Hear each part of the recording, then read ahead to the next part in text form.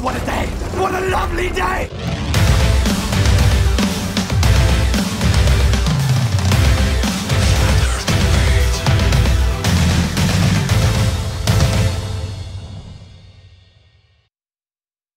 Welcome to Flat Earth Debate. I'm your host, Nathan Oakley, and if you are new to this channel, then be sure to subscribe and hit the bell notification icon to keep up to date with the Flat Earth Debate. If you'd like to support this channel, there is a super chat that runs alongside each of these shows while they're live, and there's also a PayPal link in the info box below the video. Most importantly though, if you would like to join the discussion, simply mute the page you are currently watching, then click the link in the info box below this video to join the panel and express your views on the shape of the Earth. If you do join, please don't swear. If you do, you'll be ejected, and if you are, please don't try to rejoin the stream using sock accounts. You'll be warmly welcomed back on the next stream. Please also share the show. Sharing the show obviously increases the live audience, but this in turn increases the chances of a more diverse panel. So please share the show. And one last time, if you're new to the channel or you've not done so already, be sure to subscribe and hit the bell notification icon to keep up to date with the Flat Earth Debate. Now we are joined by Sleeping Warrior. Good to have you. It was late today, the link. Nobody's out of bed yet, it seems. Really? It's the usual time. Same time as Only Day.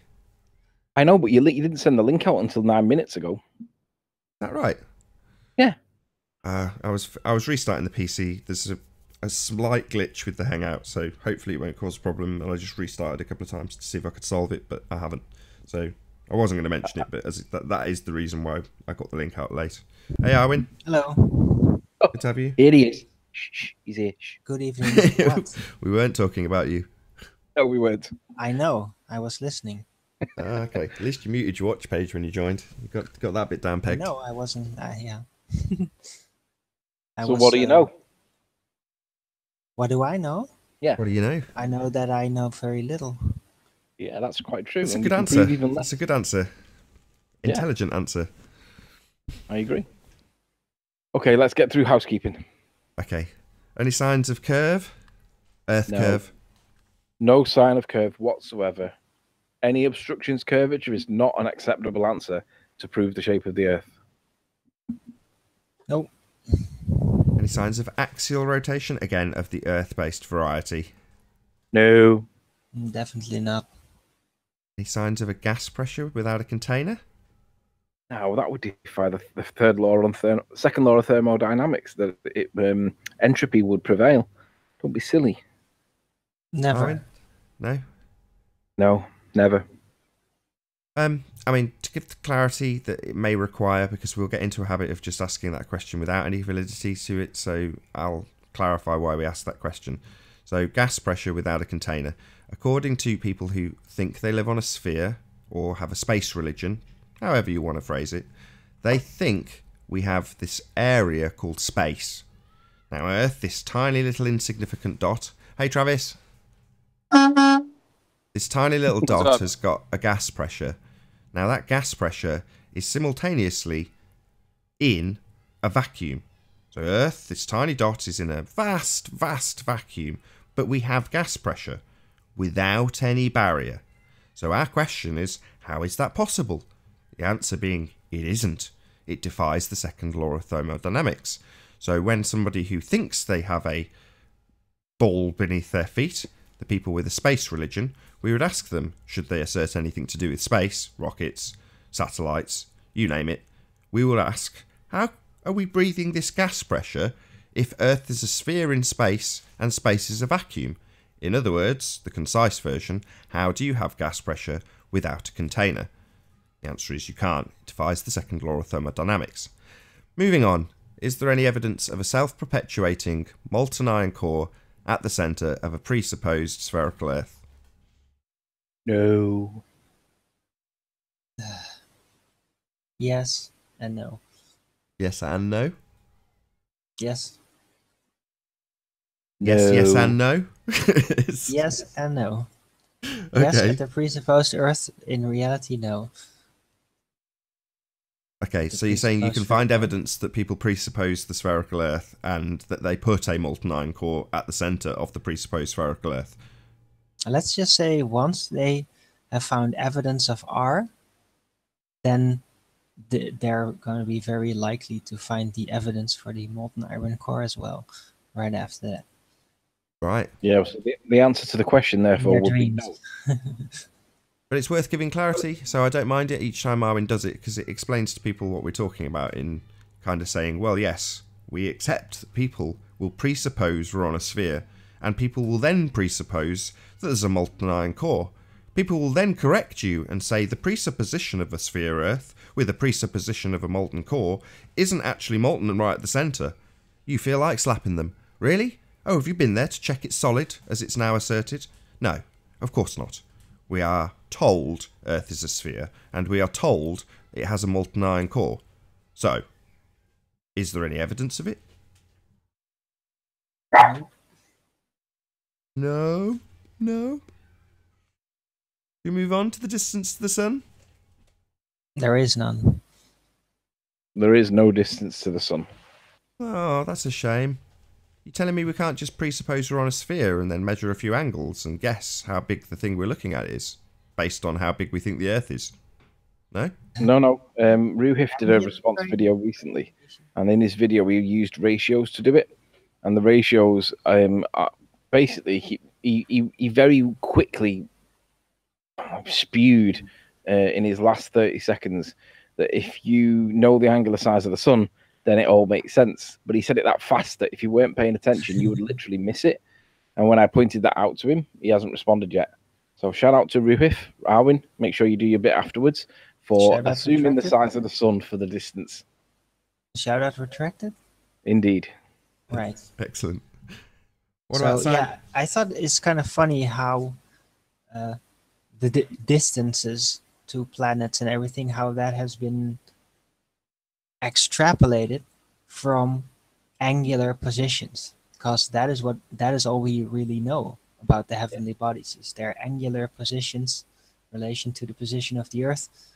And then they basically put that in a model, and then from that data they can size up everything in according to their 3D model surrounding the globe with the heavens and make it kind of work out. It's a big puzzle.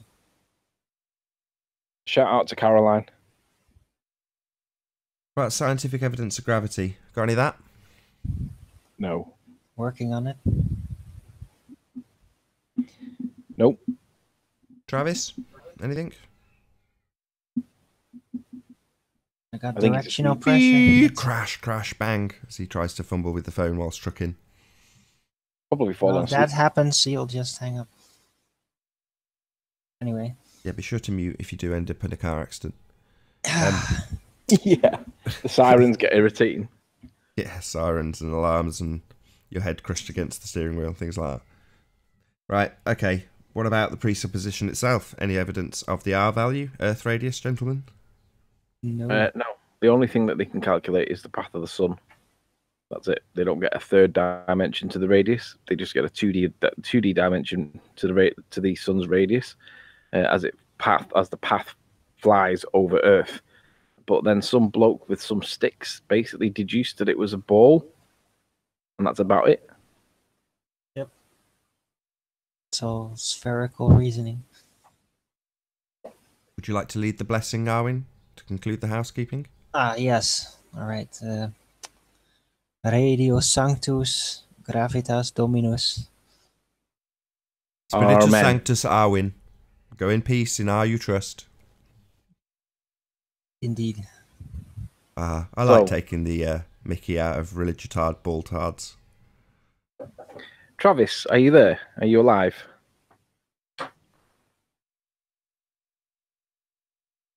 No, I guess he's a not. Phone call or something. Yeah, because he put a video up about his harvest moon, and Good video. he had his P900 set up over the horizon, and although we had mountains in the background, it was probably his best angle. But again, the harvest moon was massive as it rose over the horizon, and it's like, what's the explanation for that? And I have found a video that gives the explanation better than any other video that I've heard. What, as far as you guys are aware, is the explanation on the heliocentric model? It's the analemma, right? Yeah, it's to do with the ecliptical path of the moon combining with the tilt of the Earth. At this time of the year, the tilt is going against the ecliptic path of the moon, and the effect of it is that I'll have to show you on the animation. Give me a minute, I'll find the animation. It's you know, they say a picture's worth 1,000 words. Well, an animation's worth 10,000 words. Hello? I think I've probably got that term wrong. Here. Take your time, Anthony. Hello? Hello, is it Wes? Good to have you.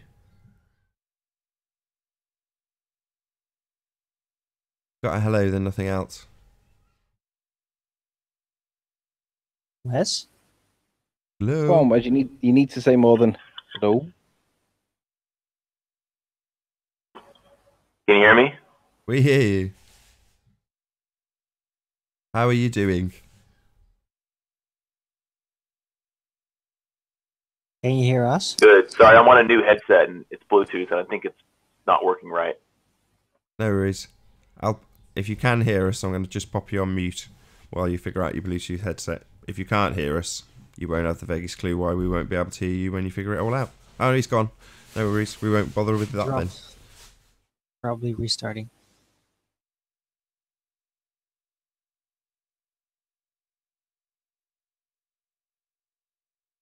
Need some elevator music while Anthony digs out his screen share. I've got it. I was just waiting for Wes. So just to recap, so this is the path of the moon as it gets closer and further away, right? It's it's caused by the ecliptic path of the moon in conjunction with the tilt of the Earth at the same time. So what this basically shows, and I'll have to slow this right down because it happens really quick and it's like sleight of hand. If you don't pay attention to it, you'll not get it. But what it says is the moon rises roughly an hour later each day. So moon rises, say 5 p.m., then it's 6 p.m., then it's 7 p.m. for every day that it rises. And what it's saying is that with relative to the tilt of the Earth and the ecliptic plane of the moon, at one part of the this relationship, that's the angle that the moon rises. But as the ecliptic plane and the tilt of the Earth relate with each other, it changes over the month and then over the year based on the tilt. And what it shows, hopefully, is maybe it's going a bit too slow. Over the path of the ecliptic tilt and the tilt of the Earth, it effectively means that the angle that the moon rises over the horizon changes, and that's part of the reason for why it looks so big, which doesn't make sense to me because it shouldn't make it look any bigger. But they say that it spends more time in this layer of the densest air in the atmosphere. So because it's spending more time in the densest layer of the atmosphere, it distorts all hell out of it. But then it says that it's an illusion and it's actually the same size that it normally is. And it isn't. It just isn't. The moon is not the normal size of the harvest moon when it peeps over the horizon. But they say it's the combination. I mean, obviously we can't validate or verify this to be true, but that's the explanation. It's the overlap of the ecliptic plane of the moon rising with the tilt of the Earth at the same time. So, but the problem is that it's a cyclical annual event. Yeah, So I mean every full moon, because we're at full, the sun is right behind us, so we're looking at the full moon, and the sun would have set right behind us. So it's the opposite phase to when it's at new moon. But every full moon, you get it every 27.3 days. No, but I guess what I'm talking about, I'm talking more about the harvest moon. You're just talking about the full moon. I thought you were talking about the harvest moon. Yeah, I was talking about the harvest moon. This does happen the harvest moon denotes this cycle. So in this cycle, this time of the year, we're at full moon, at harvest moon. But you have all the moons, all the other moons get different. All the other full moons get given different names as well for every month because it's a cyclical event, as you say. Hey, but Wes, depending on what. can you hear us? Yeah, I can hear you. Ah, cool. Also, Sorry about that hello earlier. to just say a couple of hellos. Sorry to interrupt you, Anthony. Hello, Event Horizon, and hello, Stopping Traffic in my Rasta hat. Yeah. Good to have you, Rasta. We'll get a quick hello out of Event Thanks. Horizon. Good show. What's up, guys? Can you hear us, Event? Can you guys hear me? We hear you, Chocolate. Hello. Oh, I think. Yeah. So Anthony, the thing for me though is that if we're on a sphere, the atmosphere isn't delineated in any other way than spherical. So it doesn't make sense to me to say, well, at this point in the year, you hit the most densest part of the atmosphere. No, it's the same atmosphere everywhere you go around the globe. Yeah, I agree. I agree. And not only that, but I've seen large non-harvest moons. I've seen large moons come over the horizon when it wasn't harvest moon. Me too, and I tried to just get that across when I was talking to Anthony after I was doing my live stream, which was, yes, it was bigger, but it just wasn't that impressive on account of the fact I've seen far bigger, far more colourful moons at different times of the year. Yeah. Yeah.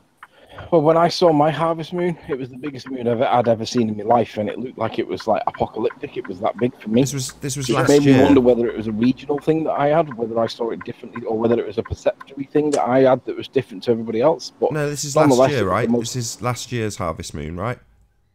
No, it wasn't last year. It wasn't the year before. It was the year before that. So what we now 1876, 2015 was when I first saw it. Okay, I can't remember that far back, but yeah, there's some of the harvest moons I've seen. Agreed, are much bigger and more impressive than the one we had this year. Yes, it was bigger, and that was big shout out to you actually, Travis. Your video was so much better than mine, and you had obviously the B900 footage to back it up, which just was the icing on the cake, really. But you did a much better job than I did. Yeah, I shot last night too. It was still huge and orange, so it was pretty good.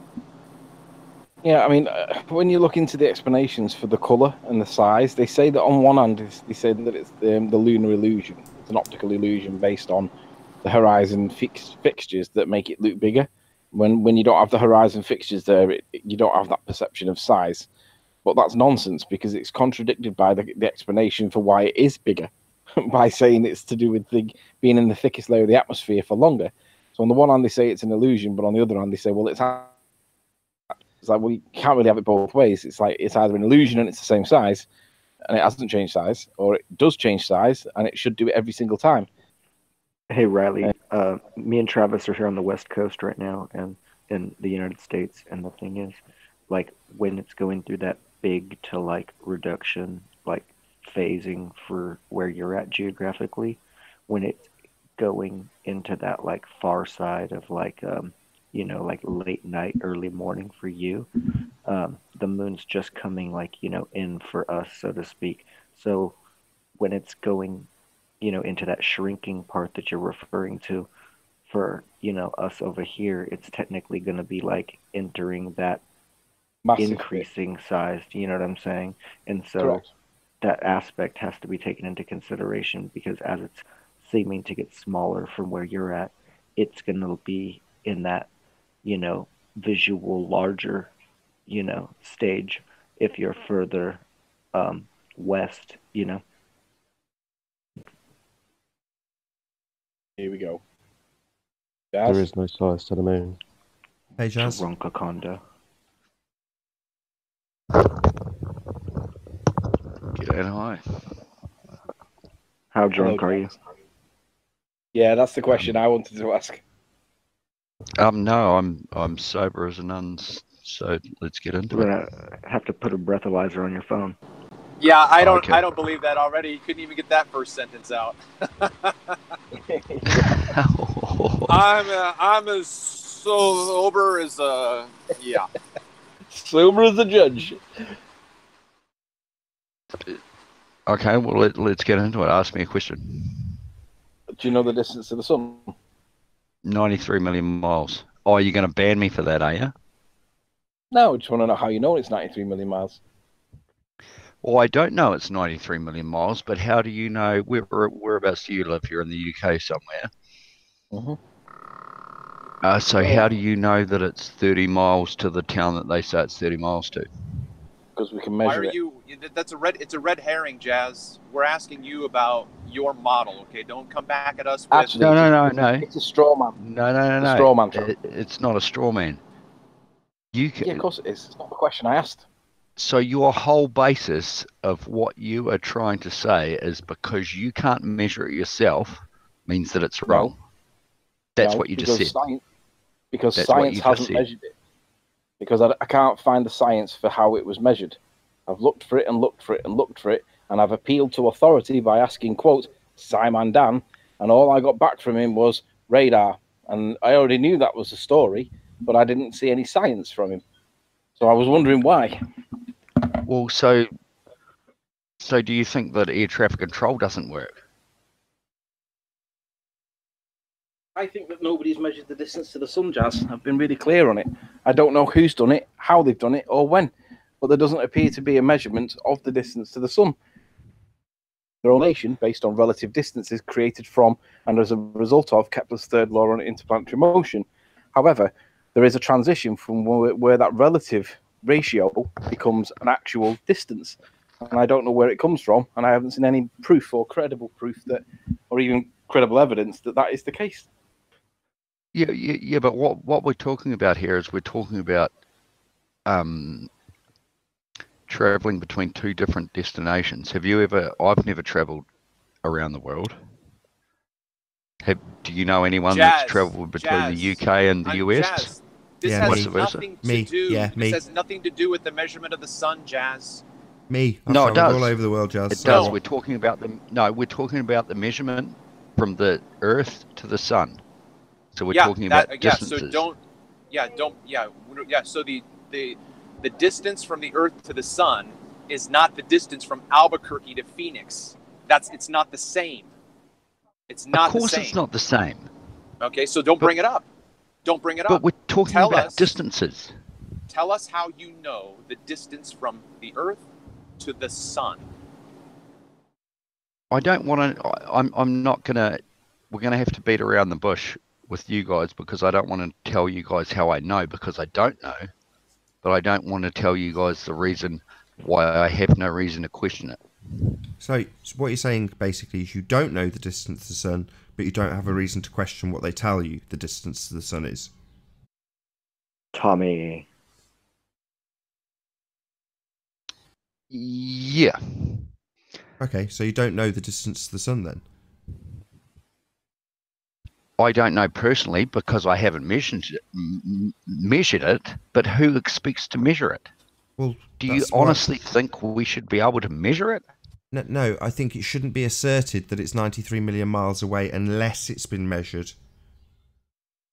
So what you're saying is someone has had to go out and physically measure it?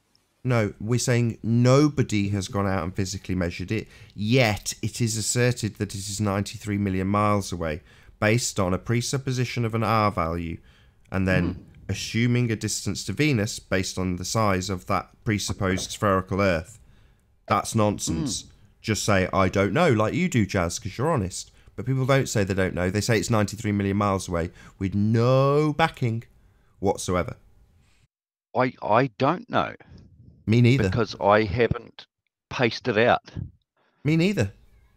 I've not paced out the distance to the sun either. So we're both in agreement. We don't know the distance to the sun. Have you paced out the distance between Sydney and Buenos Aires? But we could, if we could walk on water. No, you can't. Yeah, but my point is that we could measure it by some means. You could literally, if you had a long enough piece of string, physically drag it across that distance. Whereas you couldn't do that to a light in the sky, and nobody has done that to the light in the sky. No, you couldn't do that. What, to the light in the sky? To the light in the sky? Are you saying we can't measure the... Sorry, are you saying we can't measure the distance to the sun? No, what I'm saying is there's a divide between what's going on here is that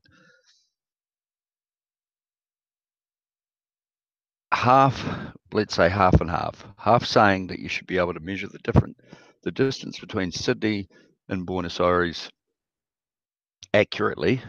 That's just a red herring. I'm saying it sounds like you're having a hard time keeping your liquor inside your gut and not coming up your neck. Yeah, it's a false equivalency. It's a real good excuse. You've got a picture of a Winger 737-800 on your photo frame there. Event Horizon, you're causing feedback. Yes, buddy. You just turn your Yeah, speakers I'm back, right mate. down. Turn your speakers on the laptop down if you would. How's that? Don't know if I talk and get feedback, then probably not good. No, that's perfect. Well done. Well, I've muted him in the short term. While he's right, okay. Just as long as you're muted, it shouldn't be a problem. How's that? Good, hopefully. Cool. The guy's making a false equivalency saying that we can measure from one town to another. We've got infrastructures and roads and these things are measured up. And he's trying to say, in that way, then we can measure to the sun. No, just because you can't go across water and measure from Australia to Buenos Aires, we have infrastructure, my friend. So, but the point is, we can measure the distance between cities, but how do we measure the distance to the sun? Right, Event Horizon, I'm gonna have to mute you, dude, because for whatever reason you're. So I'll just say that again. We can measure the distance between two cities. We measure it, right? We can. Right, we measure it though. We don't calculate it. We measure it. We know that it is a certain distance.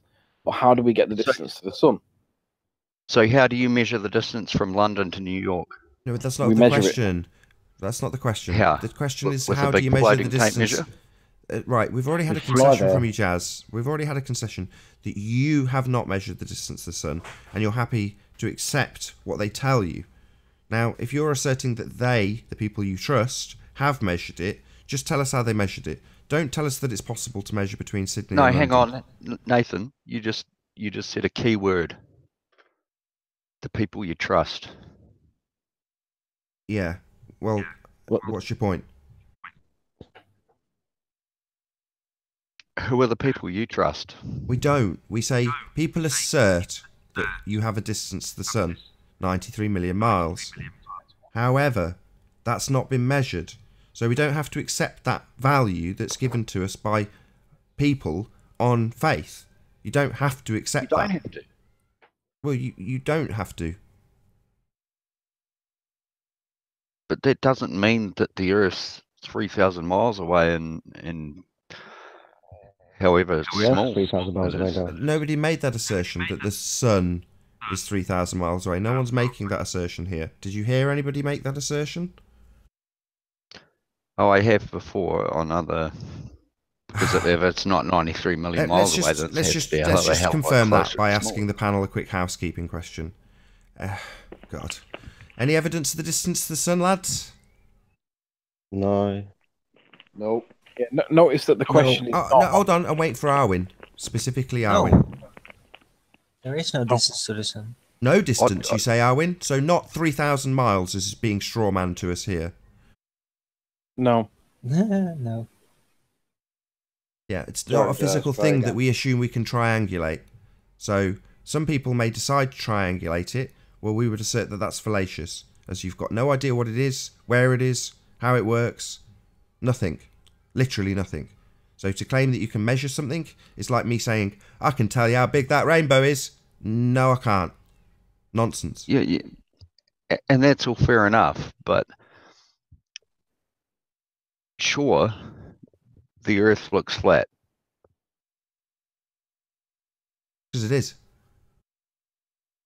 No. Jazz, are you sure you've not been drinking? I'm not saying you're wrong. I'm saying, sure, it looks flat. Yes, because it is. Right, but the question is, how do we know the distance to the sun? And part of you made the point that you can measure the distance between two cities, and I agree, we can measure it. But how do we get the distance to the sun if we can't measure the distance to the sun? We have to calculate it, right? Well, when we do that, we have to base it on some math that's... Pardon? But we can calculate it with some accuracy using parallax. Do you want to talk us through that one? No, I don't know anything about it. Well, let me just tell you that when you do that measurement, you will assume you are standing on a sphere. That's why the distances are so astronomical. Did you not realise that, Jazz? The R value will be utilised. Well, that's parallax. It happens in your car on the way down the highway if you No. I understand. I understand what you're saying about the thing that you are looking at, and what I'm asserting is, when you make that measurement, you will assume first that you are stood upon a sphere. So, in Are You Trust, with your 93 million miles, I give it 10 minutes before Jazz vomits. Yeah. All right, start your stopwatch. Let's see if we can't choke R down his throat. Start the stopwatch. So yeah, in Are You Trust, when you give a vast distance to anything in the sky, because you will start with the presupposition that you are standing upon a sphere when you make those measurements. So you assume two things. One, that you're measuring something physical. Two, that you're standing upon a sphere. We don't know either of those things to be true, and have no evidence of either of those things being true. But people still just accept it on faith. And that's very true. I couldn't agree with you more. Excellent. Wow. What's going on? You still believe it anyway, right? Somebody drugged him with a strange drug. What's going on here? No, don't start yet, because maybe he really did sober. Oh, come on now. I'd actually like to talk to you, Arwen, because you're in the Southern Hemisphere. No, he's not. What, mate? You're in Argentina, are you not? Are you in the Western Hemisphere or the Eastern Hemisphere? No, I live in the Netherlands. So, but just by doing I think this should be the comedy hour. This is no. This could be more smart than you think, yeah, Travis. So nice. Let's do we're it. setting the tone, though, aren't we? We're setting the tone by saying we're going to talk in the swearing. context. We're going to talk in the context of hemispheres right now, aren't we, Jazz? So before we've even started this conversation, the way you've led this, even though you're wrong and it got a laugh, well, I haven't ignored the fact that we're now talking about being in a hemisphere. So is the next conversation we're about to have going to begin with the presupposition that someone's in a hemisphere on a sphere? Is that where we're going next? Oh no, I'd just like to begin with. Of course, I'm wrong. Begin with what? Of course, I'm wrong. 8 minutes. 8 minutes counting. Keep going. Got my eye on the vomit clock. It's part of the affirming the consequent. The formal logical fallacy used in most instances is to beg the question and start with the supposition that you're on a sphere. So you would start by saying something like, if we measure from the northern hemisphere to the southern hemisphere, or if we observe the lights that travel around above our heads in the northern hemisphere and then in the southern hemisphere, then you'll see blah blah blah that proves that we're on a sphere. So in that instance, you're already on a sphere. You beg the question. So that's why I said, is that a ham-handed way of you getting us on the vein of being on a sphere with your next example?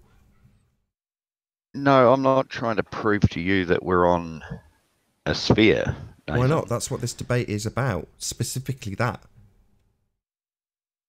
No, because see, you guys have come with the predisposition that you guys are on a flat plane. No, that's not a presupposition. So when we look at something in the distance, we don't have to make any excuses for why we see it, Jazz. So we see a building or a lighthouse or a boat and go, there's a boat, building or lighthouse. And then no explanation is required from our point of view. We don't need to believe things to say that. We see it because it's there. However, the converse is you guys on the sphere with a space religion and an R value that you believe in. And you say, using terms and words vastly incorrectly. So no, that building's not really there. That building isn't actually visible. There's actually a wall of Earth curve in the way. The reason you see it, because it's not really there, the reason you see it is because of a refractive value of 76R, which I'm going to arbitrarily apply to this presupposed sphere that we're on, that's blocking the view of this thing that we can see. That's what you have to say. Hello, Chuck Berry, Chris Berry. Chuck Berry? Hey, Chris. So yeah, that's the nonsense that you have to jump through. So you're saying I presuppose I'm on a sphere. No, I just see a concrete noun, a building, a boat. And that's it. No explanation required. You were no just saying presupposition that in seeing something. Just see it. It's there. That what am I presupposing? You're asserting, Jazz, that to look at something and just go building, that I have to presuppose it's flat? No. I should go building. Okay, so I'm asserting that you think you're on a flat Earth, but you're asserting you think 7 billion people are on a globe Earth. No, you didn't listen to a word I just said. What? You literally didn't listen to a word I just said, did you, Jazz? I listened to every word intently. Well, I'll try and repeat it. Let's see if you can get it the second time around. If I see something in the far distance, as a flat earther, there's no belief or presupposition. I just look at it and go, there's a building. In the same way I tried to explain this to the other dumbass who was on the other day, I've forgotten his name already, inconsequential. If I see my mouse next to me, there's my mouse. No belief required, no presupposition required about anything. I just see it because it's there. There's my mouse. Likewise, when I see a building very far away, there's a building. I see it. It's just there. Concrete noun. No science needed. No explanation needed. No presupposition needed. However, when you see a building, the first thing as a globehead you see is, what is your elevation? What is your distance to target? Let's have a little look at what the Holy R calculator says. Let's see if we should or shouldn't really see this thing. Well, hold on. Why are we deciding whether or not we should see it? We do see it. There it is. No. There's an R value that might tell us, or give us our religious assertion, that we don't see this thing that we see. Because Earth curves in the way. Because R says so. And we do see it, and I've got an explanation for that too, because my belief is very complicated. We don't see it. It's not really there. But we do see it because you've got a photograph of it, and that's because 7.6R. So not only are we not seeing it because of R, we are seeing it because of 7.6R. So there you go. That's what I presuppose, because I'm a retard globehead. Me, building. Literally one word. Building. I can be a retard and understand the Earth is flat. I look at something and go, building. You look at it and go, no, we must explain this building because it's not really there. Nathan. That's me. G'day and hi, how are you? Hey, just what you just said about perspective and about stuff not being there. You do realise 3 minutes on the vomit clock. 3 minutes on the vomit clock. 3 minutes on the vomit clock. 3 minutes on the vomit clock, or copy. 3 minutes on the vomit clock. You realise that if you put something on a flat plane, no matter what it is, due to perspective, it will never disappear. It will just get smaller and smaller. Really? Why can't we see? Why can't we see America from England? Diffraction. Yes, it does. Why can't we see America from England? Diffraction. We should have loads of stuff on the end of the horizon then. So let's just ask Jazz a question. Jazz. Don't even Jazz. Jazz, just a quick question, just to clarify this. So, you know what a housefly is? Mm-hmm. How far away from a housefly do you think you can see it? Not very far, because it's frickin' tiny. Oh, right. So, but you can see it when it's close to you. Oh, are you referencing a housefly to the sun? No, I'm not referencing it to anything, Dumbo. Just a housefly. You know what a housefly is, yes? Yes, Nathan, Yeah, I know okay, what a I'm housefly is. It's a thing with wings, insect, 6 legs. Yes, you know what a housefly is. So when it's in front of you, close, near, you can see it, right? Yep. And when you get further away from it, you can't see it, right? Yep. So it disappears because of its angular size. It's too small to see, correct? Okay. So there's no equivalency in terms of whether or not we're looking at this housefly on a flat plane or a curved surface. It makes no difference. We get further away from it and it disappears because of its size, correct? Yeah, well... we're not there yet, Jazz. You're dealing with drunk, stupid people. It takes time. You just got to be patient. Try. Next, after a housefly, you understand what a shoe is, correct? It's what you wear on your foot? Mm-hmm. Right. So, you put the shoe in front of you and you can see it. It's in front of you, right, Jazz? Yep, got it. And as you back away from the shoe, can you always see it? Or does it eventually, like the fly, get too small to see? Well, it depends. Is the shoe still on my foot, or...? It's not... I can't walk away from the shoe I'm wearing. Is the shoe on the ground in the hallway and I'm back? That's right. I take it off. That's right. Okay. Yeah, no, I get you. So it's too small to see once I back away far enough? Once I'm a hell of a long way away. Might be a very large distance, that's right. But eventually it'll get too small to see. Again, regardless of the shape it's sat on. It's just a small object we're going to get further away from. Like the fly. You got it with the fly. Why won't you get it with the shoe, Jazz? Vomit time, vomit time. I'm not sure you're following what you're saying. It's the same as the fly, but a little bit bigger. So you might have to get further away. But eventually, when you get far enough away, it will disappear because it's too small. Like the fly. Right, Jazz? Yeah, but that doesn't prove anything. Oh, doesn't it? You see, I'll eventually get there with you, Jazz. So, shoe. I've got to get this step confirmed, Jazz. So, is this a tick in the box or not? You understand that when you get far enough away from the shoe, it will be too small to see, like the fly, but just a bigger distance. You understand that? Yes, so you're pretty much confirming that the sun could be 93 million miles away. No, try and keep on track, drunkard. We're not talking about the sun. A shoe. Remember, we took it off our foot and then walked away from it to get it to disappear through angular size reduction. I know I've used a few complicated words there for the audience who aren't as stupid as you. Okay. I'll keep listening to you as long as you can just address what you I need you to understand and confirm. So, do you understand that when we get far enough away from the shoe, you don't have to rumpus me, I'm talking about walking away from a shoe. This isn't complex. Stupid, and that the people you have on the thing are brainy. So, we've walked away from a fly and it's got small and we've lost it. Not do that. Can you not do this with a shoe? You can't just say yes, the shoe gets smaller. Well, or do you already know where I'm going? Do I have to shut you up? Do I have to shut you up and take the audience to the conclusion and cut you out of this equation, Jazz? Or are you going to cooperate? 7 billion people. Shall I cut you out of this equation and just give the conclusion to the audience, Jazz? Because you're just rumpusing, rather than cooperating and just saying, yes, I understand that when I back away from a shoe, eventually it will get too small to see. You just have to confirm that so I can move on to the next thing. Yeah, no. Let's keep going. Not yet, no, let's keep going.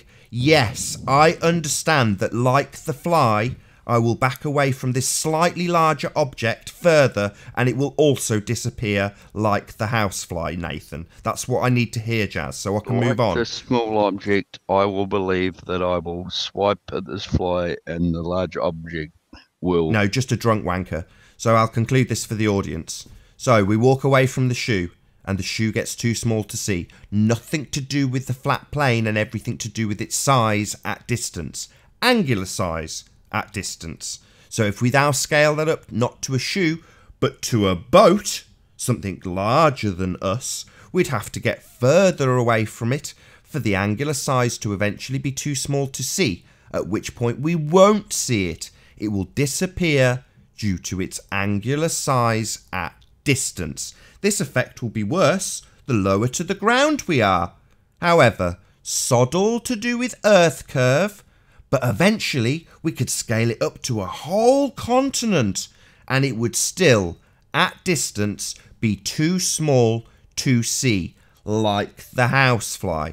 So on a flat plane it wouldn't be the case that we would see forever, as Jazz the drunk wanker asserted, and then couldn't keep up with the simplest of concepts. In actuality, the simple effect of perspective is what stops us seeing the USA from the United Kingdom, not because the Earth is a sphere. Distance causes obstruction, not curvature. Yeah, Nathan, can you see the video that's playing on your actual fucking channel right now? No swearing. Stop just swearing. You've been and demolished. Stop talking over him while he's Too explaining. stupid to understand the shoe is too small to see at distance. Can you see the sun on your video right now? What is this? What is that? What is the sun? What is it that we're looking at? I don't know. Me neither. Should we move on? Is that because you're paranoid or... Paranoid? What? No, I just know I don't know what it is. You said me neither, so are you paranoid? Yeah. No, I'm not paranoid. That's Then why are I you know asking that- Nathan if he's paranoid? Stupid and drunk. Well, I'm asking. I'll ask all you guys. Are you paranoid, How everyone? Can you watch that? And Should we get say blanket that it's response? We've got a group disappearing situation below here. a flat horizon. How can Very you simple. actually watch that? It's an optical phenomena. And it has an Oh, it angular is. Is position. it? Yeah. Yeah. Pretty close to It's the... like a How rainbow. would It's an definition of optical what it is. phenomena. It has an angular position and it follows a clockwork exact pattern. Oh, so you can represent that Yeah. on Earth? Yeah. A light keeping the same relative size and disappearing half behind a horizon? Yeah. It's very Okay, simple. cool. It has no size. I'll look forward to the It has video. no size. It only has an apparent size, an angular optical size, just like a rainbow seems to be like it has a size, but it doesn't. Because when you move, it moves with you. So it only has an apparent size, just like the sun. 7.9 billion people look forward to your video. You'll make a shit ton of money on YouTube for That's proving bullshit. that you're full of shit. That's bullshit. All of that was bullshit. Prove it's bullshit. You've had 4 years. Prove what's bullshit? You've had 4 years to prove the Earth's flat. Yeah, I've already Prove explained it. this to you. Did you not listen? So I see something very far in the distance and just say, building. Now, even a really stupid person can look at the same thing and go, building. No explanation, just they look at it and go, building, because they see it. Very simple. No, Nathan, look at that sun. That's over land. You cannot go to an ocean and see the sun go below the horizon and say that that's flat. Sorry, Yeah, what's the Ken. sun again? What's the sun? What are we looking at? Of course you can. Sorry, what but are we you're looking gonna at look again? fucking mental doing What it. is it Yeah, that's I doing can't this? see it go below the horizon and see it's flat. It's ridiculous. Why do you keep asserting such a ridiculous statement? We don't know what it I think is. it's- So we're talking about things that we do know what they are, tangible things like buildings. So I see a building in the keep distance. You've saying asserted perspective. you're going to rumpus me. If You're going to anything's rumpus me. done I've said I've got no. correctly- You've said I've got no proof. When I give it to you, you don't want to hear it. That's your problem, zealot. When you hear No, something that's that's your contrary to problem. your religious belief, you want to talk all over everybody because you want everyone to have your religious belief, don't you, Jazz? No, I don't need to have Well, then shut up. everyone have my Shut your religious stupid belief. mouth and listen for the third time to something that contradicts your belief. You just You're told going to me listen shut to it? my stupid You're mouth. going to listen so to it? Or are you just going to Sit constantly your talk hands over me good. while I tell Listen, you yeah, something go. that doesn't conform Oh, with your Nathan's belief? autograph. Is this what you're There going to you do, religious zealot? Yeah? Just talk all over me. I'll shut you up. And I'll just tell the audience and cut you out of this equation, stupid asshole. So, I'll say it again. We look at a building and just see it. As a flat earther, I have no explanation or presupposition required to look at a bloody building and go, building. There it is. Very long way away. Building. Simple. Concrete noun. No explanation required. Because I see the obvious and observable. There it is. It's a building. It's there. Why? Well, because it's there. Well, what I don't need to do is presuppose that I'm on a sphere with a R value that there's no proof of, and then also assume that that R value means I can't see the thing that I can see. That's nonsense. That's what you do. You say you can't see this building, there's a curve in the way, because you're a religious zealot. When anybody contravenes your belief about there being a wall in front of something that we can see, that's when you start rumpusing and talking over, because you don't like things that contravene your religious faith, that we are on a sphere. We're not. There's a building, we see it. Well, your answer to that is we don't see it. It's a slightly looming non-standard refraction effect of the building behind the curve being lifted at, well, what do you know, terrestrial refraction 76R being brought back from behind the curve. So it's not really there. That's the kind of shit you have to assert because you have a religious belief in a space ball that you think you live on. I don't have that religious belief. I have no presuppositions when I see a building. You don't have to like it, Jazz. You don't even have to listen to it. I can assert it over the top of your nonsense. I am listening to it. Oh, really? So when you see a building that's there, do you just accept that you see it? That it's there and you can see it and take a photograph of it? Do you accept that? Or do you think that it needs explanation? No, I understand how it shit works. What do you mean it should work? There's no explanation required. When I see a building, Jazz, I'll say it again a third time. I don't need to know how anything works. I just see it. It's there. You just see it. It's there. It looks flat. I understand that it's not. So you're saying the buildings aren't there. They're actually blocked by a curve that you presuppose using a mathematical formula and an R value and a model that when modelled said it shouldn't be there, but then is brought back by a ray tracing program bending light at 7/6 of the presupposed radius that blocked it in the first place. That's what you're saying you understand when I just see something that's there. That's what you're saying. No, Nathan, what I'm saying is... What I'm saying is, I see the big picture. You don't. You see, and I'm not trying to be offensive. What you see is what you interpret to understand. No, I see a building. I don't need to interpret it. I don't need to figure it out. I just see it. And what is my explanation for that? Non-required. I see a building. End of explanation. For you, it needs explanation because it doesn't conform to your religious belief. Your belief in R. Your belief in a space religion with Earth in the middle of a vacuum. All of this shit is your religious belief. So when I see something, there it is. When you see something, no, it's not really there.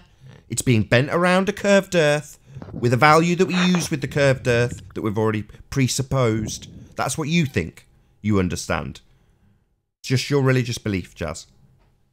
No, it's not a religious belief. What you actually have a religious belief, because it's flat because it looks flat. That's also asserting that you know. You're making a claim by saying because it looks flat, it is flat. You're telling people it's flat. Making a claim which you now have the responsibility to prove. And this is exactly what I was about to say. No, he wasn't, Jazz.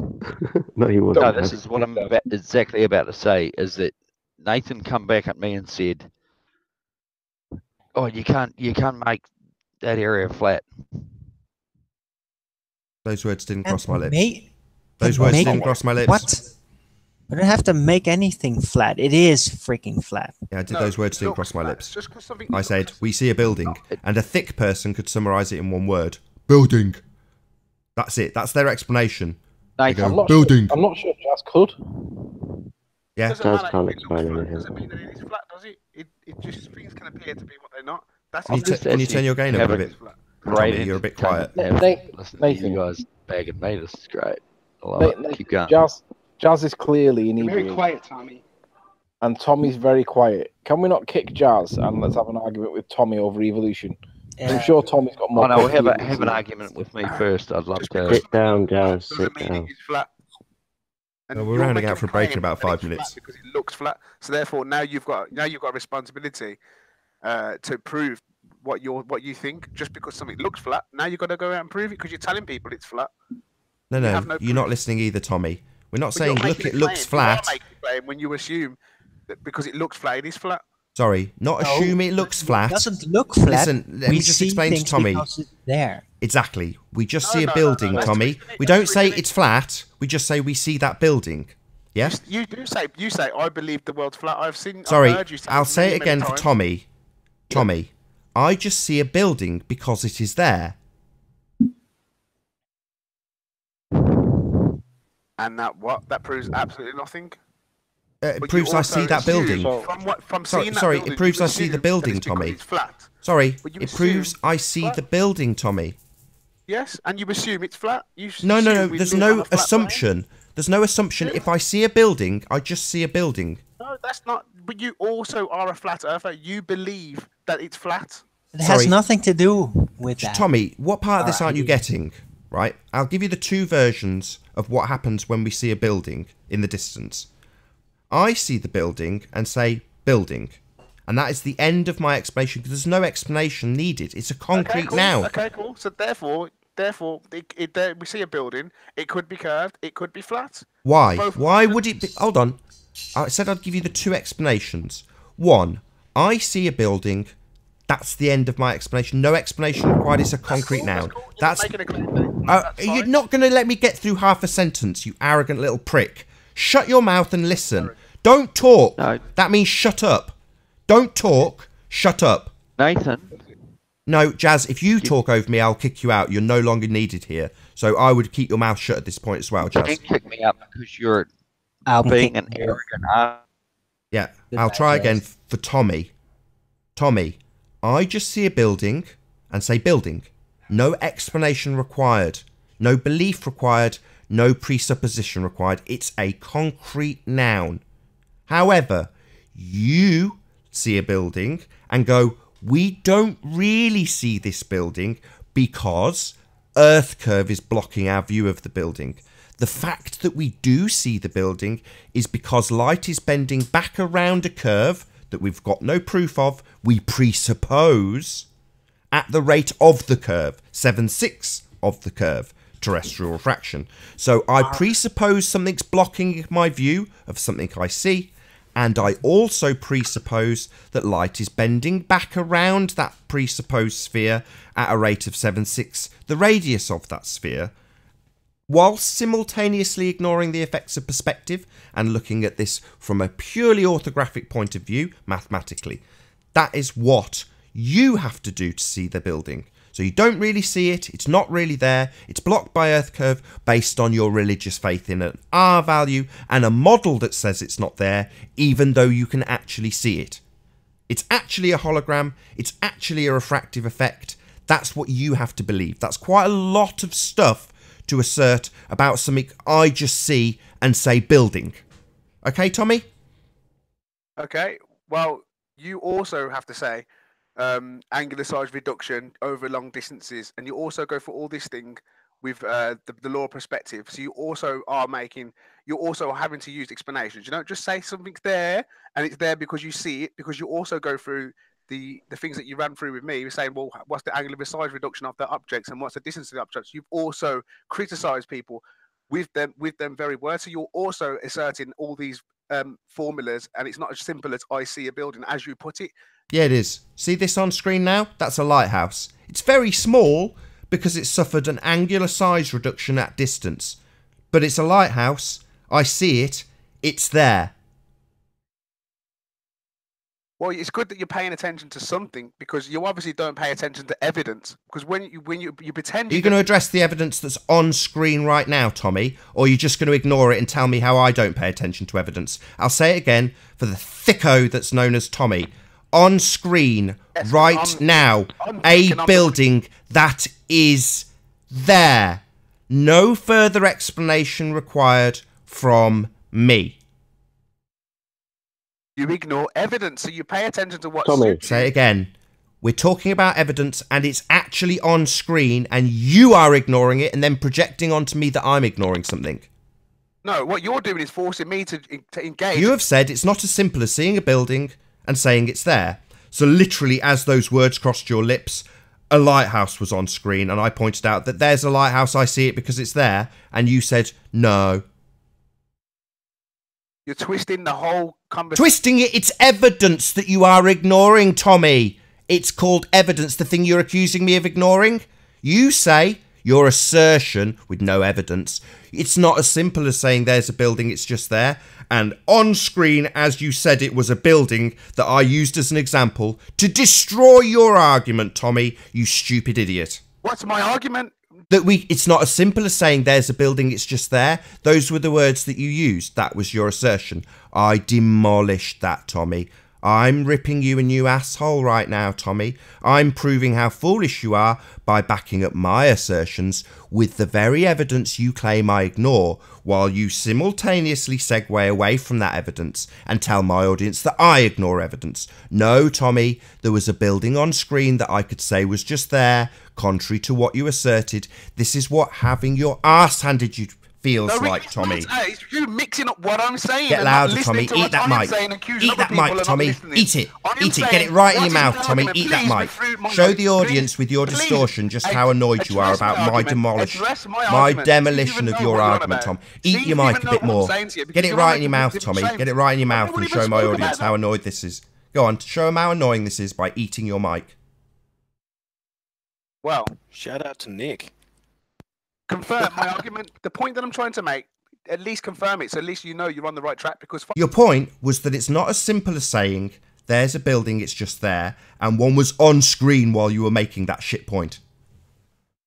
Okay, you see a building, that's fine, but you. Oh, that's fine now, is it? It was your assertion. It's not as simple as saying that. Now it's just fine, is it? You conceding that pathetically, are you, Tommy? You're wrong, son. This is what having your ass handed to you feels like. That was what a concession feels like. But I'm going to rub it in your face for a little bit, you little prick. You were wrong. It is just as simple when you're a flat earther to say building. Even if you're thick, you can just say building. And that's your explanation, done and dusted with. Your explanation as a religious zealot is my model says that there's a building blocked by Earth curve. That's what's actually occurring here. My model says so. My model says that the building's not really seen. We're only seeing it because light's being bent around the same value I used to build the model that says it's not there, even though we see it. That's what you have to say as a religious zealot. Even though you assert it's not as simple as saying there's a building, it's there. Like on screen now, Tommy. Right now, there's a clock. I see it because it's there. You're going to tell me it's not that simple?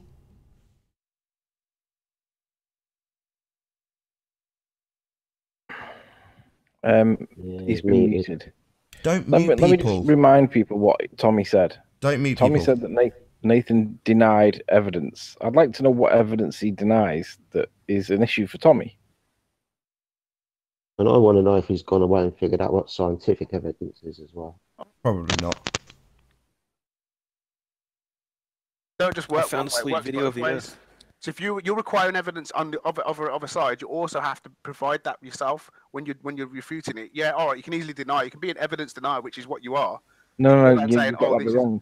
You've got that bit wrong. There's no requirement on us to make a counter allegation. Oh, you showed me an embryo, or whatever it was, a fucking microorganism. No need to swear, Tommy. That's the sign of somebody triggered. Somebody losing. Right, I'm triggered. Okay, I'm triggered. You're winning. You're on your little boat. You're happy. Don't be Tommy. It's okay. You've got a globe religion. You think I'm presupposing flatness? You're strawmanning my argument. You're just trying to. No, Tommy. Yes, you are. Not strawmanning anything. You're trying to tell me what I'm trying to say. Eat that, Mike. Eat it. Eat it. You're showing globe withdrawal symptoms. Yes, I'm showing globe withdrawal. What about the rest of you lot? Or showing your sides? That you. Well, we've gone through the globe withdrawal period. We've gone through the globe withdrawal. I spent a week. It takes a few months, and then you get to sleep normal again. So unless you're a glober, and then you become obsessed and start stalking flat earthers the rest of your life. Hold on. Constantly, I would, Tommy. Get your mic right in your mouth and talk constantly. That's the way to win. The way to win your argument, Tommy. Put your mic right in your mouth and talk constantly. That'll get you the winning argument. No, put it in your mouth and keep stuttering. You said you couldn't hear me, so I spoke up into the microphone. Okay, so making sure you can hear me clearly. If you started stuttering into the microphone. When Nathan starts talking loud, yeah, it's not called triggered. But when I'm trying to get my point across, it's called triggered. Is it double No, standards when you're repeating yourself and stuttering I'm trying to like work a badger while eating your microphone, like you're doing now. It's called rumpusing. But I'm trying to talk, and you're all talking while I'm talking. I sit there and listen to anything else. No, you're repeating yourself like a chick on methamphetamine. All four of you right now are talking to me at the same time and trying to get a point across. What's your point? Yeah, I just want you to ask that one question, man. Just one coherent question, and then we'll address it. But you're going over and over and over again. Just ask one coherent question, man. Force me through a section of questioning that suits you. No, you're already trying to tell me how to answer questions. You're trying to tell me how to answer my own questions. No, at the moment, we're saying stop eating your microphone and stuttering like a meth-headed female. And with that, I'm going to say first and foremost a huge, massive, enormous thank you to all of the live audience for tuning in and hopefully sharing this debate. And of course, a massive thank you to all of the debating panel for making this debate possible.